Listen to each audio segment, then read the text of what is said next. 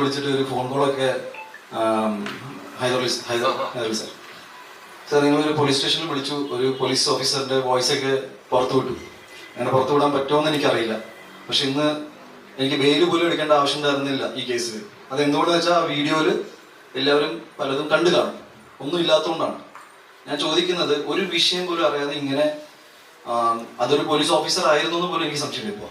Because അങ്ങനെ police officer ആണെങ്കിൽ ഇല്ലാത്ത കാര്യം ഇവിടുന്ന് കണ്ടു എന്നാണ് ഞാൻ ചോദിക്കുന്നത്. ബിക്കോസ് എൻ്റെ എക്സ്പ്ലനേഷൻ ഞാൻ നേരത്തെ പറഞ്ഞിരുന്നു. ഈ കൂളിംഗ് ഗ്ലാസ് വലിച്ചെറിയുന്ന കഥ ഞാൻ നേരത്തെ പറഞ്ഞത്. ചെയ്ത കാര്യം സമ്മതിക്കാൻ എനിക്കൊരു മടിയില്ല.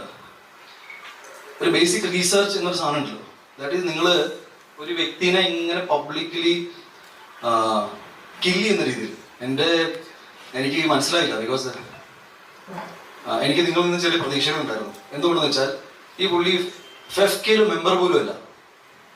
ഒരു ബേസിക് റീസർച്ചിന്റെ ഭാഗമായിട്ട് എല്ലാ